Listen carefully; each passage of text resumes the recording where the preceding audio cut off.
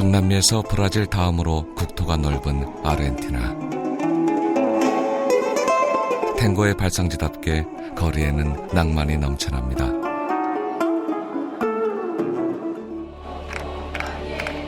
부에노스아이레스의 중심에 있는 마요 광장. 대통령궁이 보이는 이 5월 광장에서 30년 넘도록 무건 시위를 멈추지 않는 이들이 있습니다. 5월 광장 어머니들, 아니 할머니들입니다. Y si nosotros no hacíamos más nada, todo el mundo iba a abusar de ellos, porque era la justificación. Hay que torturarlos porque son terroristas, hay que matarlos porque son terroristas. Entonces, para romper con eso había que quedarse, había que... 아르헨티나의 역사는 한국의 역사와 닮아있는 듯합니다. 평범한 어머니들을 혁명투사로 만든 역사. 평범한 인생을 고통으로 몰고 간 이 땅의 모든 역사들과 닮았는지 모릅니다. 역사가 남긴 상처 위에 또 다른 역사를 써온 사람들의 이야기. 두 번째 여정의 시작은 아르헨티나입니다.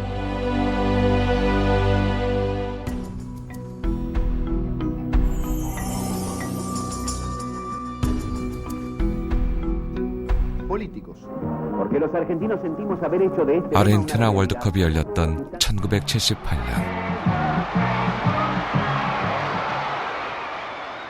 월드컵의 함성소리 너머에서는 군사정권에 반대한 정치인, 예술인, 학생 등 무려 3만여 명이 학살됐습니다.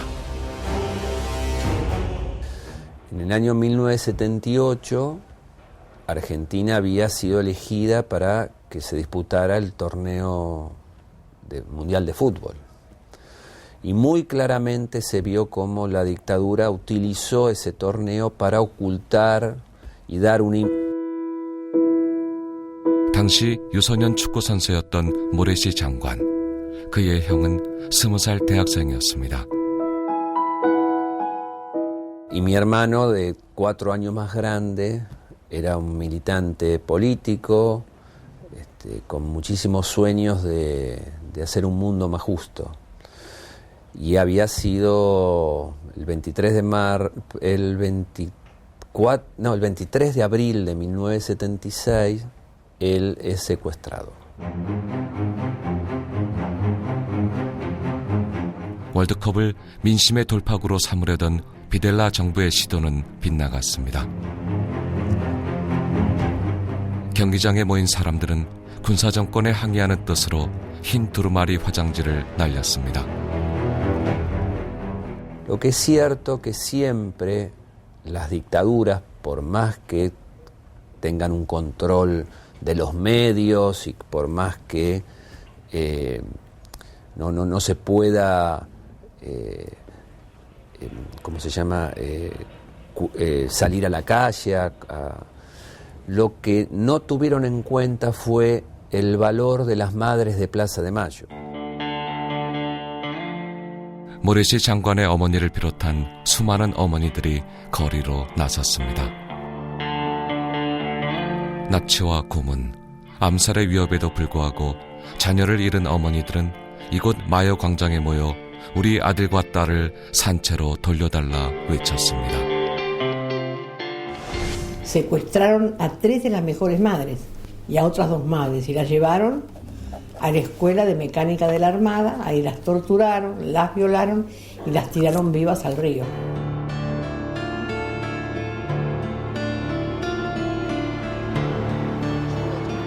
에스마, 이곳은 원래 해군 기술학교였습니다. 하지만 비델라 군사정권에 의해 이곳은 강제 연행해온 이들을 고문 살해하는 장소로 바뀝니다. El sistema de secuestro era secuestrarte en tu lugar de trabajo o en tu casa o en la calle, un grupo de autos con entre 4 o 12 personas muy armadas, te tomaban, te encapuchaban, te golpeaban y te metían a la fuerza en el piso de atrás del auto o en el baúl y te traían acá. lo primero que hacían era golpearte, quitarte toda la ropa y llevarte acá abajo al sótano, que era donde estaban las salas de tortura. 에스마에 끌려온 5,000명 가운데 살아남은 사람은 고작 200여 명뿐이었습니다. Lo que aquí ocurrió durante la última dictadura militar fue un genocidio, o sea, se asesinó a un montón de gente por sus ideas políticas, no por otra cosa. Esa gente eran todos jóvenes, la gran mayoría, el promedio eran 23, 24 años. En ese sentido, los que trabajamos acá, los que militamos desde hace mucho tiempo por los derechos humanos, creemos que es importante que esta historia no se repita. 인권운동가인 마르틴 하라가의 부모님도 이곳에서 목숨을 잃었습니다. 그는 지금 실종자 자녀들로 구성된 인권단체 이오스에서 일하고 있습니다. Militando activamente en la agrupación Hijos al día de hoy debe haber unos 300 activos en todo el país, más otros más que han pasado por la agrupación pero que hoy no están participando tan activamente. 에스마에는 보고서 한 권이 있습니다. 군부 독재 통치 기간 실종된 만여 명에 대한 조사 보고서 눈까마스. 눈까마스는 스페인어로 다시는 안 되라는 의미라고 합니다. 눈까마스에는 6세부터 65세가량의 실종자 8,960명의 명단과 비밀 수용소 349곳의 위치 및 특성이 기록되어 있고 고문의 내용 등이 상세히 기록되어 있습니다.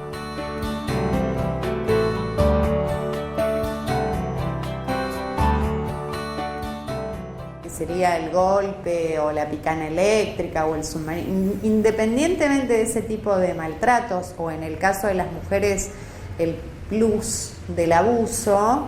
Bueno, me sometieron a todo tipo de torturas. Me rompieron el esternón porque me golpeaban a golpe de puño como un muñeco rebotable. Me pegaba uno, caía para un lado, me pegaba el otro y bueno, me iban pegando. Me rompieron las costillas y el esternón.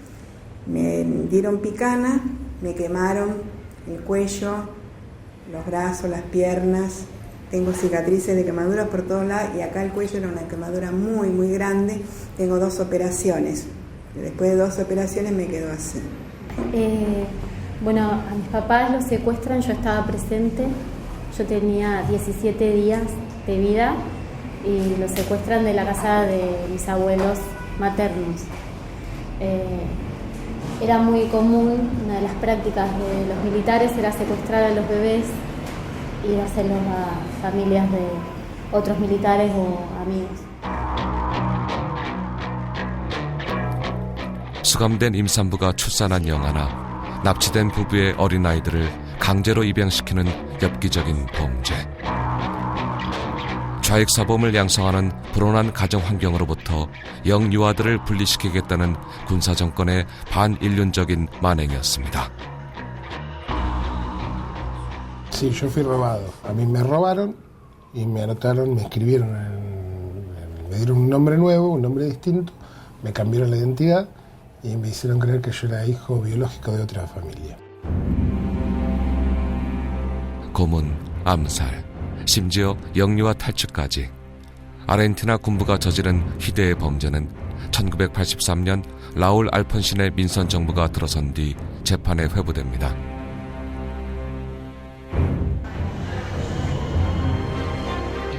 (5월) 광장 어머니회를 비롯한 인권운동가들의 지칠 줄 모르는 투쟁이 이뤄낸 성과였습니다.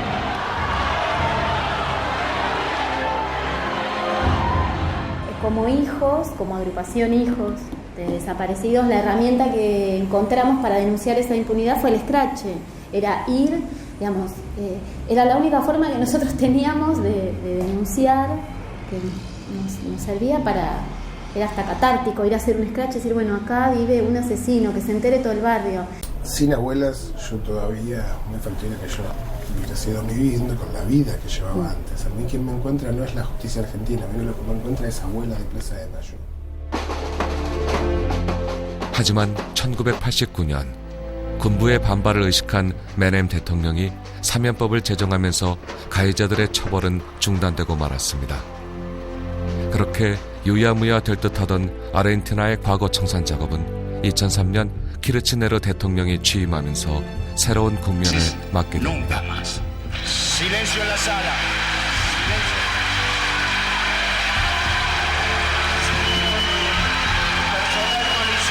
눈까마스 보고서에 이어 5,400여 건의 인권유린 사례가 새롭게 발굴돼 기록이 됐습니다. 재판 녹취록, 영상자료, 언론자료 등 실종자와 가족들의 150만 건의 자료는 디지털화 작업을 거쳐 보관됐습니다. 면책 대상자들에 대한 재판 또한 다시 시작이 됐습니다.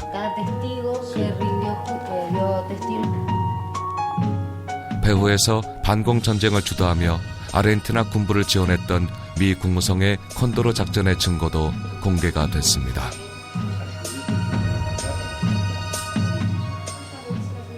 Y en los años 90, esos genocidas que habían sido encarcelados, que eran pocos, fueron indultados por un perdón presidencial y nos encontrábamos en el punto cero, otra vez. Habíamos vuelto al año 83, donde todavía no habíamos tenido los juicios, y realmente era muy frustrante las respuestas que había del Estado en esos momentos, porque no escuchaban nuestras demandas. Así que bueno, a partir del 2003, cuando empezamos a tener la posibilidad de juzgar a los genocidas, realmente fue un punto, un quiebre muy importante en toda nuestra lucha, ¿no?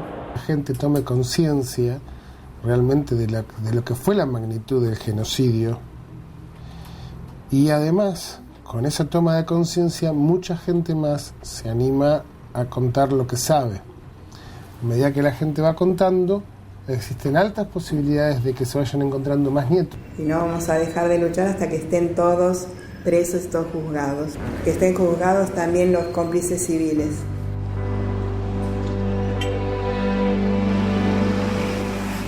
다시 시작된 재판으로 인권유린 가해자들 수백 명이 다시 체포됐습니다. 이 도시를 슬픔과 고통으로 물들였던 전직 대통령들과 고위 간부들은 모두 종신형을 받았습니다. 덮어버린 역사책을 다시 펼쳐서 쓰고 있는 아르헨티나의 저력은 무엇일까? Y después empezamos a participar y a ayudar, despedidos, gente que no tenía más trabajo, gente que estaba detenida en las cárceles. Empezamos a hacer un trabajo social muy grande las madres y a servir para otros. Por otro lado, la idea es que esto se transforme no en una política de un partido o de un gobierno, sino en una política de Estado. Los derechos humanos tienen que ser una política de Estado en cada Estado nacional y en el mundo. 보복이 아닌 인권을 위해, 피해자들의 인권만이 아닌 모두의 인권을 위해 싸워왔기에 아르헨티나는 또다시 거듭 새 역사를 써나가고 있는 것은 아닐까 하는 생각이 들었습니다. 가해자들을 법정에 세워냄과 동시에 아르헨티나 사람들이 해온 일이 있습니다. 고통의 치유입니다. En 1995 hay un Silingo, un represor de la Marina, está en un programa de televisión con un periodista y yo lo escucho hablar y entonces tuve un ataque. Me puse a llorar y me ahogaba. Nunca me había pasado. Es un síntoma. Cada vez que salgo de mi casa miro por la ventana a ver si hay alguien que me está esperando.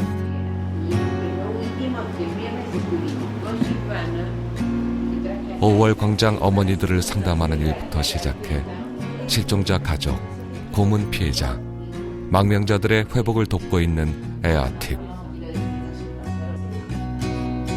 에아팁에는 정신과 전문의와 심리 상담사들이 함께합니다.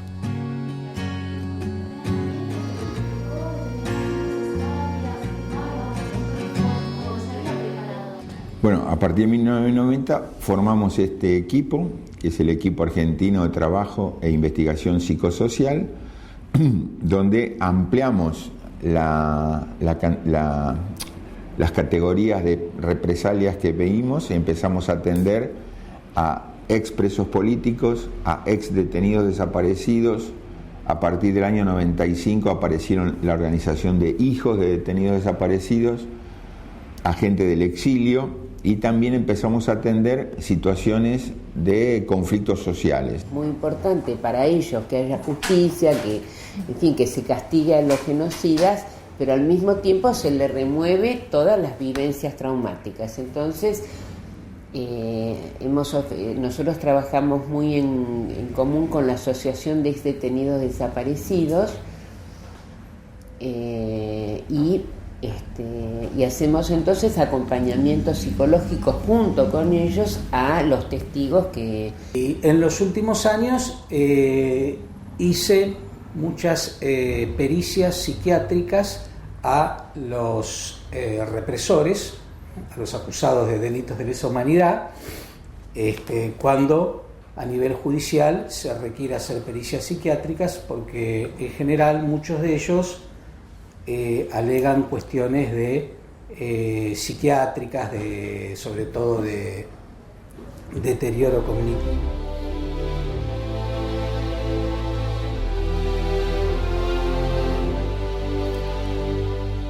고문으로 의식을 잃은 사람들을 비롯해 수많은 사람들이 수장되었던 라플라타 강변에는 기억의 공원이 만들어졌습니다.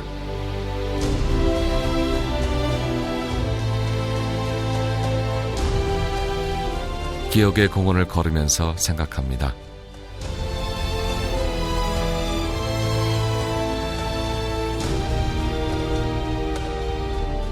인간을 고문하는 사회도 반문명 사회지만 고문 학살자를 용인하는 사회, 고문 피해자의 치유에 나서지 않는 사회는 더더욱 반문명적인 사회라는 사실을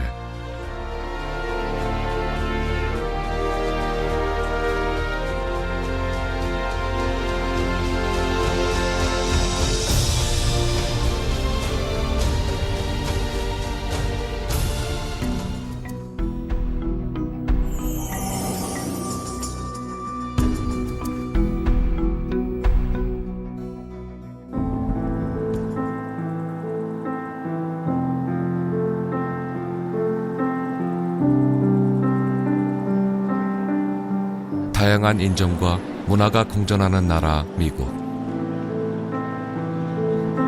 미국 뉴욕 타임스퀘어에 서 있으면 세계의 모든 사람들과 역사가 이것을 향해 흘러드는 듯합니다. 유엔 난민기구 글로벌 동향 보고서에 의하면 현재 미국에는 약 50만 명의 고문 피해자가 난민으로 거주하고 있다고 합니다.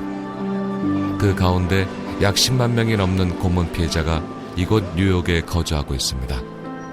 그러니 이곳 뉴욕은 세계적 고문 생존자 밀집 지역입니다. 뉴욕 밤거리의 화려한 이 불빛 속에는 끔찍한 고문과 폭력의 상처가 공존하고 있는 것입니다.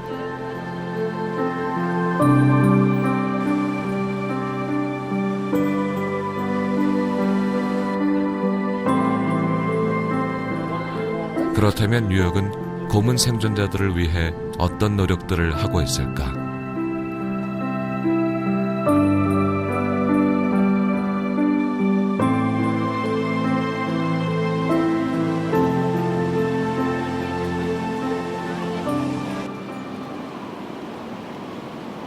그 답을 뉴욕 국립병원 가운데 가장 오래된 벨뷰 병원과 뉴욕대 의과대학이 함께 운영하는 PSOT 벨뷰 뉴욕대학 고문 피해자 재활센터에서 찾아보기로 했습니다.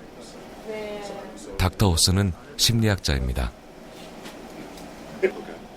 고문 피해자들을 위한 벨뷰 프로그램에서 진단을 담당하고 있습니다. Yeah, that's. I kind of wanted to tap the clinical documentation piece. Yes, treatment plans. We also talk about reactions to trauma. And again, to make someone feel that they are not sick, they are not abnormal. They are dealing with a situation that is abnormal. They are dealing with circumstances that are sick. But how do we get beyond these things? So we talk about symptoms of depression. We talk about symptoms of PTSD. 외상 후 스트레스 장애 PTSD. 개인이 죽음이나 심각한 상해 또는 신체적 안녕에 위협을 가져다주는 사건들을 경험하거나 직면했을 때 극심한 공포, 무력감, 고통이 동반되는 현상을 PTSD라고 합니다. So for many of our clients who come, when they first come, they have an intake interview. And so we have a nice long conversation to understand a bit about their history, but also about their current functioning and what their needs are. And if we see someone that is in very acute crisis, we may be able to make referrals immediately for psychiatric care. For example, if they're not sleeping well, they have insomnia, nightmares, what have you, or perhaps even a referral to the emergency room if they are in a position where they're having suicidal thoughts or seriously thinking about hurting themselves. 더구나 고문과 폭력의 가해자가 자신을 보호할 의무가 있는 국가였을 경우 PTSD는 더 심각할 수밖에 없습니다. 그 치료 역시 일반 정신과 진료와는 달라야 한다고 닥터 후스는 말합니다. We are an interdisciplinary program, meaning we work across disciplines. We have psychiatry, medical services, including many subspecialties like gynecology, cardiology, dermatology, all those sort of different things. We have psychology represented, like myself, a psychologist, and social work. We also work with our clients in terms of legal issues regarding their immigration status, seeking asylum. 이곳의 의사와 심리학자들은 고문 생존자들의 신체적, 정신적 후유증을 치료하는 한편 망명 청문회에 나가 고문 생존자 편에서 증언을 하기도 합니다. 뉴욕 벨뷰 프로그램의 도움으로 망명 승인에 성공한 케이스는 약 700건이 넘으며 성공률은 96%에 달합니다. When we are looking at somebody who not only is dealing with the situation of the traumatic past at home, but then flees here and may not come with refugee status, they may now have to adjudicate their asylum process. So they're very marginal in terms of their immigration status. They're marginal in terms of their linguistic abilities if they don't speak English. They're marginal in terms of their academic placement because maybe the degrees they had at home aren't respected here. 고문 피해자를 돕는 뉴욕 벨뷰 프로그램에서는 지역의 예술가들과 함께 예술 치유 프로그램을 진행합니다. 심리학자인 잭 사울은 연극을 통한 치유 프로그램을 진행하고 있습니다. When I was at Bellevue in the program, we were training immigration officers to be able to sensitively interview people applying for political asylum. And it's very difficult to understand someone who's been traumatized. These officers sometimes think that the people who are traumatized are, since they can't remember much, that they're maybe faking or giving a false story. So it's important for them to understand how trauma affects someone who's being interviewed, and also how cultural differences affect them in an interview. So in order to do that training, we put together a theater group. Your instincts might be right. 연극은 생존자들의 이야기를 듣고 배우들이 작품을 만듭니다. 그 과정에서 생존자들과 소통이 이루어진다고 합니다. So that's been one of the ideas that has driven our work, is that overcoming this silence, helping people find opportunities to tell what they want to tell, can be quite healing for them. So in the case of these Chileans, they've been living here in New York and they felt like their neighbors didn't really know what they had been through. You know, the years of political oppression that they had suffered. And so for them to be able to stand, have this play, to engage in this process first, to be able to tell their stories and be heard by other people, it validates what they experience. 연극 치유의 목표는 고통을 겪은 사람들이 침묵을 넘어서서 자신의 이야기를 하게 하는 것이라고 합니다. How important it is in healing to form communities and to activate helplessness into storytelling so that people can learn, laugh, relive, cry, make sounds. I mean, I know that. I think we all know that. As children we play. We're not afraid to say, hey, I don't like you, and do these things that seem ugly to reactivate a story that's ugly. And yet in healing trauma, the act of witnessing, listening, really, really hearing with your eyes and your ears and your heart, all of that is what really heals trauma. 공원 피해자들의 회복을 위해 대학과 병원 그리고 예술가들이 협력하는 뉴욕 벨뷰 프로그램. 미국 사회의 또 다른 단면을 보여주는 듯 했습니다. 그렇다면 이런 프로그램의 바탕에 깔린 정신은 무엇일까요? There's a tendency to want to see people as passive victims in need of help. Kind of ignore the fact that there are very competent people in the community, even after a disaster. They may have been affected, but they get mobilized. People after a disaster become very active. They want to help. And it's important to capitalize on that energy because that's important for people's recovery. The clients we work with are survivors, not just victims. Anybody can be a victim, wrong place, wrong time.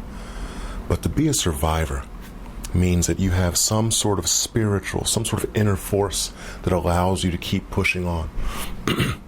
We really try to help our clients recognize the strength they have, the resilience they have, and to use that so they can keep moving forward.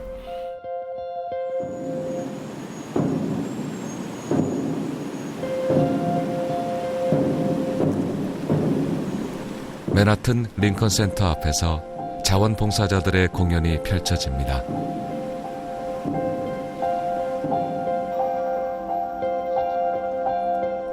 공연을 보면서 우리가 이 세상을 살아갈 때 고통과 폭력이 아니라 이처럼 아름다운 모습을 볼 수는 없는가 생각해 봅니다.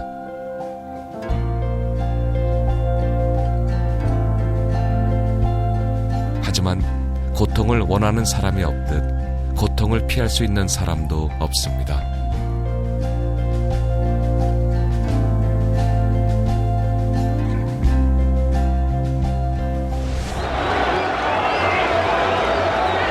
스티븐 실버 감독의 영화 뱅뱅 클럽은 고통을 당하는 이들과 고통을 지켜보는 이들의 이야기를 그려내고 있습니다. 90년대 초 당시 남아프리카 공화국의 민족 간 정파 간 갈등으로 인한 내전의 현장을 취재하는 기자들. 그들은 술과 마약으로 공포와 고통을 견딥니다. 2차 트라우마입니다.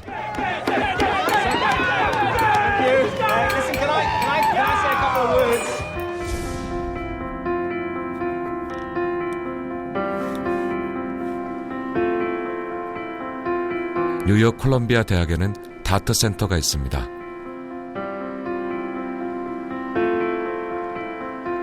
저널리즘과 트라우마 문제를 연구하고 교육하는 곳입니다. 브루스 사피로는 기자 출신으로 다트 프로젝트의 디렉터입니다. I also covered a few bad places where there was violence going on, places like Northern Ireland and Central America. So I dealt with people who had experienced, with communities who'd experienced a great deal of violence in their lives. So that was all sort of part of my career.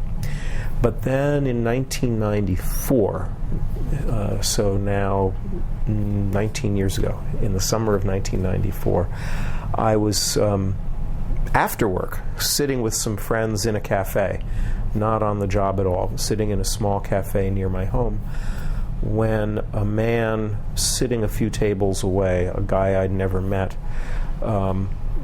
went crazy. Literally, he had a psychotic episode, and he pulled out a big hunting knife, and stabbed 7 people, including me. They're traveling around the U.S. doing stuff on. 폭력의 취재자에서 피해자가 된 경험은 그의 생각에 큰 변화를 가져왔다고 합니다. To being the victim who has reporters coming to his home, talking to his family, trying to get interviews and all of that. And I learned that I didn't understand anything about what the people we cover go through. I learned that some journalists are very sensitive to victims, but many are very insensitive and don't think at all about it. And that was a shock.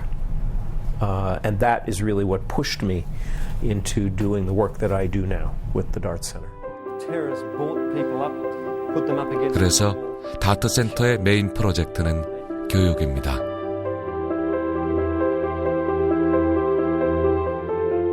언론인들에게 트라우마의 지식을 넓히고 폭력과 분쟁, 비극을 다루는 역량을 향상시키는 교육을 미국뿐 아니라 전 세계를 대상으로 진행합니다.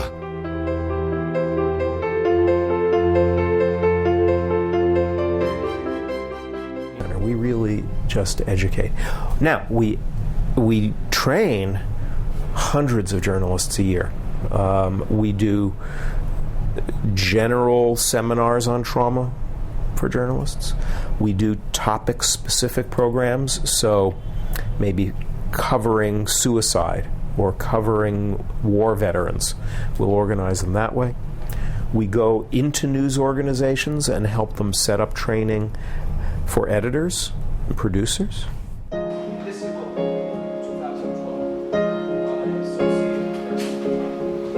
고통받은 이들과 그 고통과 직면하는 이들의 문제까지를 고민하는 다트 센터.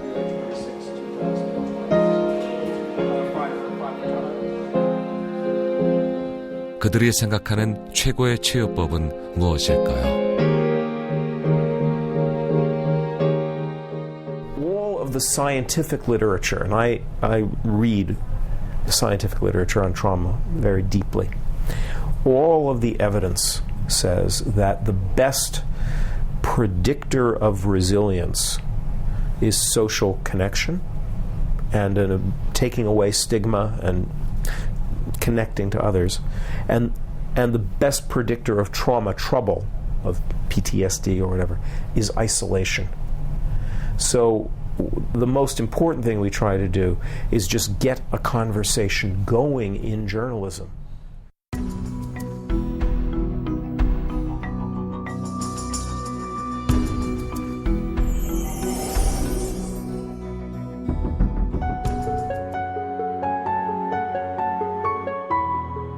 한강의 기적이라 불리는 초고속 경제 성장을 이룬 나라. 하지만 성장의 속도가 너무 빨라서일까요? 그만큼 놓치고 간 곳 또한 많은 나라가 바로 한국이라는 생각을 해봅니다. 50년대에 일어났던 전쟁은 끝내 분단을 고착시켰습니다. 민족 구성은 누구도 원하지 않았던 냉전의 시대는 정말 많은 비극을 만들어냈습니다.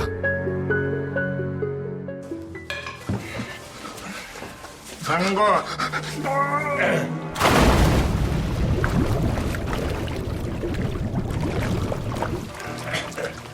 헌법 제12조 2항에는 모든 국민은 고문을 받지 아니하며 형사상 자기에게 불리한 진술을 강요당하지 아니한다고 명시되어 있지만 현실은 법에 미치지 못했습니다.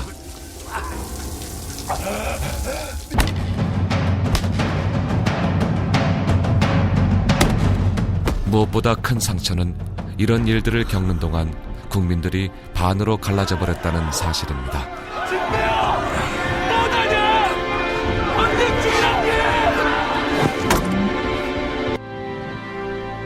가해자와 피해자라는 이름으로 말입니다.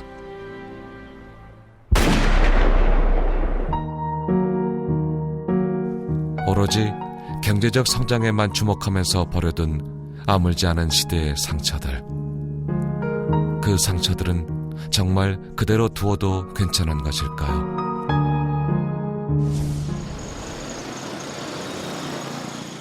하지만 최근 한국 사회에서는 상처에 주목하는 움직임들이 시작되고 있습니다. 유엔이 정한 고문 생존자 지원의 날인 지난 6월 26일 한국 최초의 고문 생존자 모임인 진실의 힘에서는 의미 있는 행사가 있었습니다.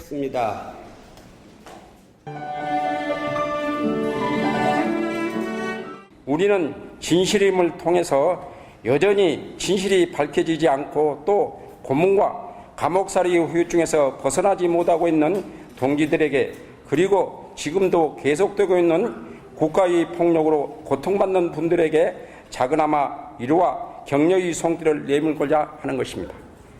비록 우리가 가진 것은 없지만 인간의 삶은 폭력보다 강하며 국가 권력보다 귀하다는 사실을 이 사회에 보여드리고 싶은 것입니다.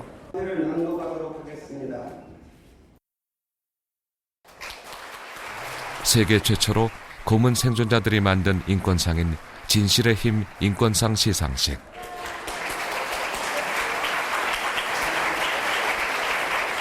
(2013년) 수상자는 인권 옹호에 앞장서온 홍성우 변호사였습니다. 세상의 그 어떤 인간도 고문의 공포를 이겨낼 수 없습니다. 고문은 무고한 시민을 스스로 공산주의자라고 자백할 수밖에 없도록 만들고 제 아무리 건강하고 신념이 투철하고 의지가 굳은 사람이라도 고문 앞에서는 자신을 지킬 수가 없습니다. 고문의 피해자는 고문으로 당한 고통을 기억하는 하는 것만으로도 끔찍합니다. 대하도 이제 배 타고 나와가지고 군산 집에다 하룻밤 재우고 기억하기도 힘들지만 잊기도 힘들다는 고문의 상처. 진실의 힘은 그 아픈 경험을 아픔을 아물게 하는 일에 쓰고자 합니다. 인권상 시상식을 비롯한 다양한 인권 지원 활동과 치유 모임을 진행하는 까닭입니다. 진실의 힘을 만든 고문 생존자들은 고문 피해자들 중에서도 자기 그 고통을 삶의 원천으로 삼아서 새로운 삶을 만들어 나가는 굉장히 독특한 아주 특별한 분이라고 저는 생각을 합니다.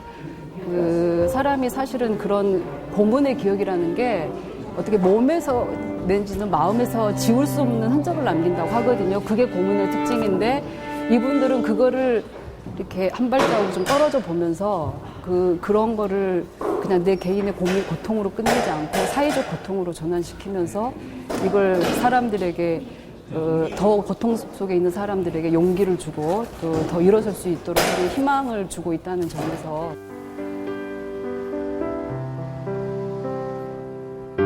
진실의 힘이 큰 주목을 받았던 것은 재심 재판으로 무죄 판결을 받은 고문 생존자들이 국가로부터 받은 배상금의 일부를 출연해 고문 생존자를 돕는 진실의 힘 재단을 만들었다는 사실입니다. 그 집도 아주 아름다운 진실의 힘이 정말 소중하다. 정말 피해자들이 재판이 끝나면 잊고 말았을 텐데 이렇게 모여서 그리고 그 정말 그 눈물에 정말 만드는 돈을 출연해서 만드는 거죠. 이건 어찌 보면 뭐 광해의 빚이라고 할까? 그래서 저는 비록 현재 이 규모가 크지 않다고 하더라도 분명 진실은 그 존재 자체로 우리를 비롯해서 많은 분들에게 크나큰 치유를 주고 해소하는 그런 제일 소중한 보금자리가 될 것으로 생각합니다. 우리들은 예기치 못한 사건으로 가족과 친지 그리고 사회로부터 배제당한 채 억울함을 곱씹으며 살아왔지만 그래도 살다 보니 이런 날도 있습니다. 이 과정에서 우리들은 우리의 고통이 헛되지 않도록 우리 사회에 뭔가 의미 있는 역할을 해야 한다고 생각했고 그래서 진실임을 만들었습니다. 진실의 힘은 우리 고통 속에서 찾아낸 새로운 삶의 가치이고 의미인 것입니다.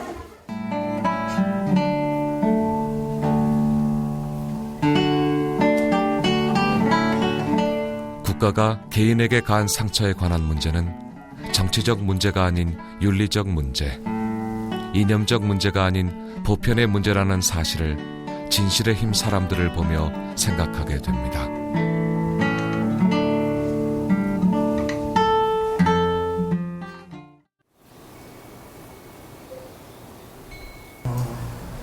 김장원 선생님 말씀 들으면서 진실의 힘에서는 또한 고문 생존자를 위한 치유 학교를 운영하고 있습니다. 서울 종로구 원불교 운동문화원에서 열린 치유 프로그램 마이데이 현장. 상처를 좀 더 직면하게 되면서 제 자신도 많이 이렇게 좀 치유될 수 있었던 그런 인간이 겪을 수 있는 어떤 그런 최고의 고통이 무엇이냐라고 했을 때 각자 생각이 좀 다르겠지만 고문 치유 모임을 참여하면서 제가 느낀 것은 고문만큼 인간이 겪을 수 있는 최고의 고통은 없다는 생각이 좀 들었고 그렇기 때문에 어떻게 보면 다른 어떤 그런 외상후 스트레스 장애에서 겪는 외상보다도 더 힘든 시간들과 보다도 그 고통들을 다시 재경험하고 산산조각난 그 마음과 어떤 삶들을 다시 통합하는 그런 시간들이 어떻게 보면 더 많은 노력과 시간들이 좀 필요할 거라고 생각합니다. 고통을 함께 겪은 동료들, 그리고 치유 문제에 관심을 갖고 있는 다양한 분야의 사람들이 함께하는 자리입니다. 우리가 전에는 부모님은 없지만 형제, 친척들이 있어도 이야기를 나눠본 적이 없어요. 다양한 친구도 없었고요. 근데 이 모여서 같이 이야기를 나누다 보니까 내 고통이고 동생의 고통이고 동생의 고난이 나의 고난이 있다는 거죠. 그래서 마음이 뭔가 쌓였던 것이 풀렸죠. 그래서 이 진실에 나와서 동생의 얼굴을 대단히 기뻤고요. 정신과 전문의 문요한 박사의 진행에 따라 이날 마이데이 주인공인 김장호 선생이 살아온 이야기들을 털어놓습니다. 선생님 생각하시는 뜻을 근데 여기서 잠깐 좀 도중 정도에서 말이 들어있기 때문에 좀 들으신 분, 진실이라는 것은 누가 만들어내는 것이 아니잖아요. 진실은 진실입니다. 그러니까 그걸 우리가 지지로 생각하고 또 힘으로 생각한다면 뭐 두려울 것이 아무것도 없다. 저는 이렇게 생각하거든요. 물론 제 짧은 소개일지 모르겠습니다만 저는 그것으로 만족하게 생각하고 있습니다. 들은 지금은 뭔가 의욕이나 생기가 좀 없다라고 좀 상처를 이야기하는 사람, 상처를 공감하는 사람들이 함께하는 자리입니다.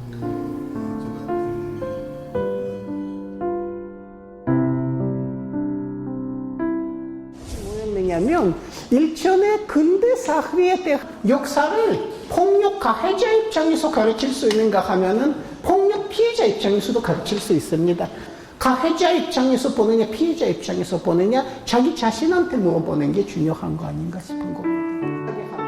역사의 상처와 그 치유에 대해 이야기하는 자리가 또 있습니다.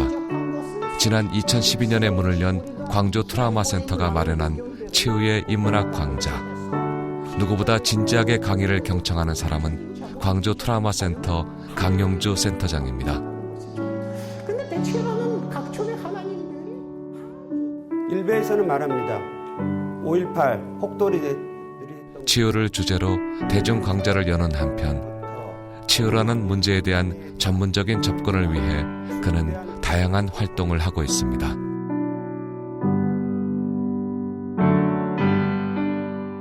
기념 사업을 하고 보상을 했지만은 고통당한 인간에 대한 관점은 결여되어 있었습니다. 우리 사회는 기본적으로 심리학적 마인드가 부족한 사회입니다. 인간의 고통, 고문당하고 학살을 겪은 사람들의 내면에 남아있는 그 잔혹한 상처를 어루만지고 되돌아보려고 하는 그런 희생자의 관점이 결여된 과거 청산이었다는 생각이 듭니다. 가정의학 전문의인 그가 이런 문제에 나서는 이유가 있습니다. 이렇게 안 나서니까. 그 역시 80년대 고문에 의해 거짓 자백을 강요받았던 고문의 피해자였습니다. 근데 우리나라는 과거 청산은 이 고통당한 개인의 아픔과 고통을 우선해 놓는 게 아니고 과거 청산이라고 하는 법, 건물, 기념관 여기에 중심이 되는 과거 청산을 하다 보니까 당연히 그런 희생자의 고통과 아픔을 중심에 놓는 그것들을 배려하고 그것들을 치유하고 그것들을 최소화할 수 있는 방안 자체가 빠져버린 거죠. 그런데 거기에서 이제 문제의식을 느끼면서 고문 피해자 치유가 필요하다라고 시작을 했던 거죠. 80년 5.18의 직접 피해자 가운데 이미 40여 명이 자살을 선택했다고 합니다. 너무 늦은 시작은 아닐까 염려가 있지만 늦은 만큼 한국 사회의 수준에 걸맞는 전문적인 치유시설이 필요하다고 그는 말합니다. 이 고문 피해자를 치유하는 일은 그냥 동네 병원이나 정신과 병원 가서 치유되는 일이었으면 벌써 34년 전에 치유가 됐겠죠. 병원 다니면서. 그렇게 안 되는 것은 이것은 기존의 병원 체계, 기존의 의료 시스템의 접근 방법과 다른 새로운 방법들이 필요하다는 거고 그것은 외국의 경험들에서도 이미 검증이 됐던 거죠. 그래서 이 고문 피해자들과 희생자들을 치유하는 전문화된 시설들이 필요하다고 보는 거죠. 그래서 독립적이고 전문화된 시설과 인력 없이 이 고문 피해자들, 과거의 역사 희생자들을 제대로 치유할 수는 없는 거죠. 맞지만 조금씩. 정신과 전문의 정혜신 박사가 진행한 광주 트라우마 센터 집단 상담 프로그램. 말을 해도 고통스럽고 묻어두어도 고통이었던 상처들을 꺼내놓는 작업. 가슴을 짓누르고 있던 1000개의 돌덩이들을 하나씩 내려놓는 작업들이 10주 동안이나 계속됐습니다. 결혼도 한번 못하게 되고 광주 5.18 관련자라고 처갓집에서 반대를 했어요.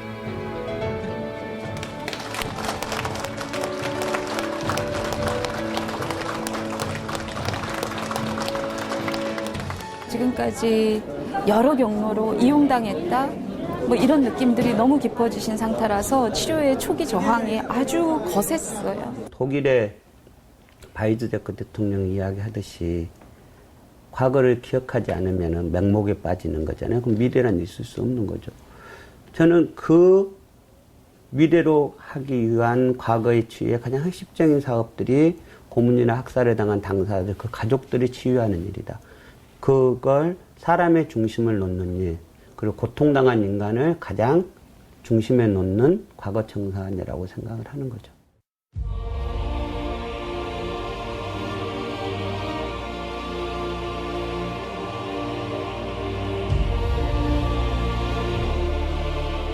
한국 역사의 뜨거운 현장이었던 광주 금남로를 내려다봅니다.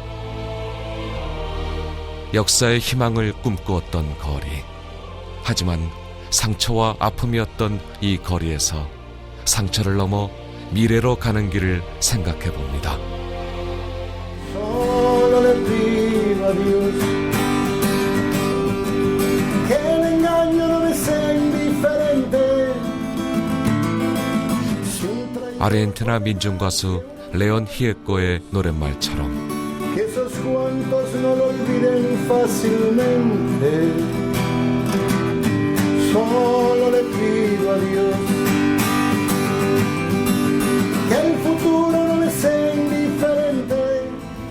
고통에 무관심하지 않고 불의한 모든 것에 무관심하지 않고 A vivir una cultura diferente.